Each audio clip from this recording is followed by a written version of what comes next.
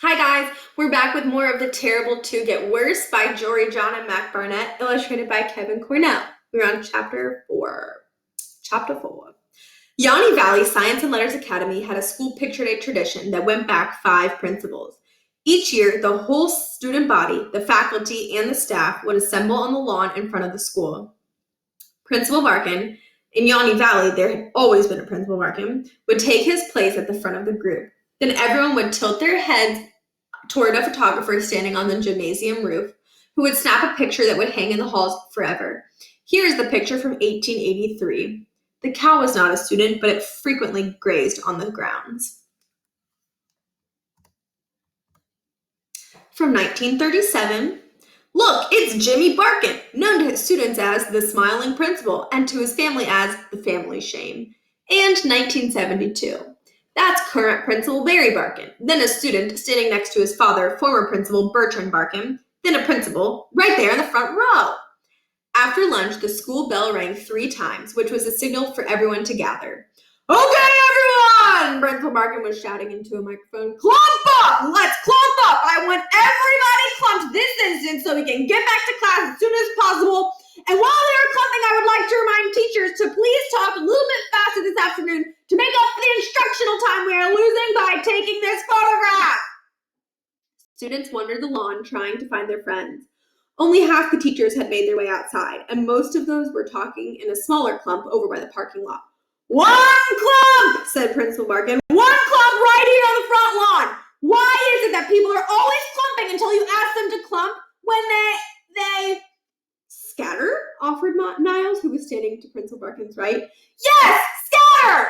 No, do not scatter. That was the end to my previous sentence and not an instruction to scatter, which is the opposite of what you should be doing. Eventually, everyone made their way to the front lawn.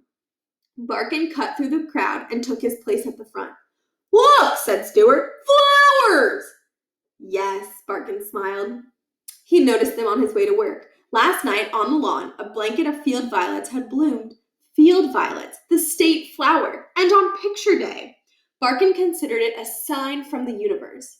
This truly would be Yanni Valley Science and Letters Academy's best year. In fact, they were growing right next to the marquee, which read, Principal Barkin says, let's make this our best year. Sure, the marquee read this every year, but this year the marquee meant it. The violets blanketing the front of the lawn were a confirmation of everything the marquee said. Well, maybe not everything. The marquee also read, Principal Barkin says Friday is pajama day. But Friday was pajama day, so yes, everything. Careful not to disturb the flowers! Barkin shouted into the megaphone. He couldn't have students trampling on a sign from the universe. And luckily, these flowers had grown right in front of where the students normally stood for the all-school photograph. The universe was giving him the most photogenic sign possible. Yes! All right, students, said Barkin. No funny faces! Make sure your hair is at must. This is really more of a historic document when you think about it, so comport yourself with dignity and grace as you tilt your heads up toward Mr. Yeager, who is standing on top of our gem. Barry, Mr. Yeager cupped his hands in front of his mouth and shouted down at Principal Barkin. I think there's something you ought to see. What is it? Principal Barkin pointed his megaphone up at Mr. Yeager. Flowers. I can see the flowers, said Principal Barkin. They are wild field violets, our state flower, and they are a sign that we're going to have our best year. Okay, but they're arranged. What do you mean? Into letters. They're spelling something out. For a moment, a very brief moment, Principal Barkin thought the violets might have spelled out something like Bovine Pride or Yanni Valley Science and Letters Academy, home of academic excellence. He hoped in that moment Mother Nature herself was showing her school spirit, but the moment died fast. Principal Barkin realized he was in the middle of a prank. His fingertips tingled. His face went purple. Oh, what does it say? You should just come up here and look yourself.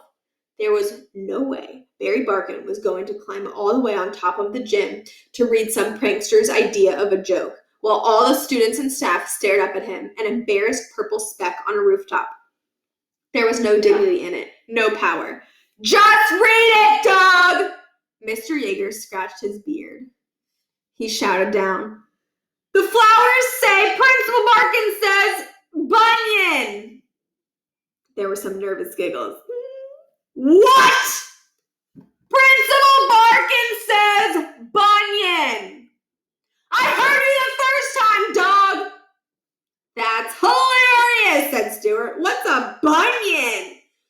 It's a big bony bump on a foot, said Principal Barkin quietly and not into the megaphone.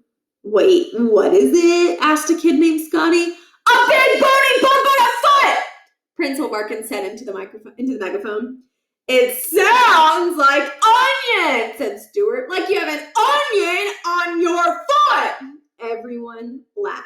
It was maybe the first time people had laughed at one of Stuart's jokes. I do not have an onion on my foot or a bunion on my foot, said Principal Barkin. This is ridiculous. I would never say bunion. You just did, said Stuart. Twice, said Holly. Stop laughing, said Barkin. There was more laughing. Enough! Gus, dig up the flowers. The school janitor hurried off to get a shovel. Niles approached cautiously. Principal Barkin? Yes, Niles. Principal Barkin was glad to see Niles' serious face and somber eyes. Here was a student who didn't go in for bunion pranks or onion jokes. I'm afraid Gus won't be able to dig up these flowers. Of course he can, Niles. Gus is a strong man and an excellent digger. Just last week I don't doubt that, Niles said. But these are field violets. Yes. The state flower. Niles, I know our state flower. I am a principal. I am filled with pride and knowledge of our state. Well, then you know that it's illegal to dig up a field violet. They're protected. Principal Barkin became a deeper shade of purple, the color of a field violet, actually. Of course I knew that, Principal Barkin said. I just forgot. Gus, do not dig up these flowers. Gus hurried off to replace the shovel. Principal Barkin paced furiously. What to do? What to do? Find this prankster, of course, and punish the prankster severely. But what to do now, with a photographer on the roof and the whole school watching? Maybe it's not so bad, said Miles Murphy, who'd come up to join Niles. Maybe people will think it's like Paul Bunyan. This was exactly the kind of foolishness that made Principal Barkin wonder why a kid like Niles hung out with a kid like Miles, besides the fact that he'd paired them up as school buddies last year. Paul Bunyan? Paul Bunyan? They're not even spelled the same way. We could have a few kids lie on the ground over the I and the O, Miles said, turn them into a Y and an A. Yeah, said Niles. We could even have some other kids spell out Paul over there. Principal Barkin says, Paul Bunyan? What does that even mean, Miles Murphy? Miles shrugged. I don't know, but what would you rather be saying in the all school picture? Bunyan or Paul Bunyan? Barkin stared at Miles. Then he picked up his megaphone. All right, students, listen up! And so, Principal Barkin says, Paul Bunyan.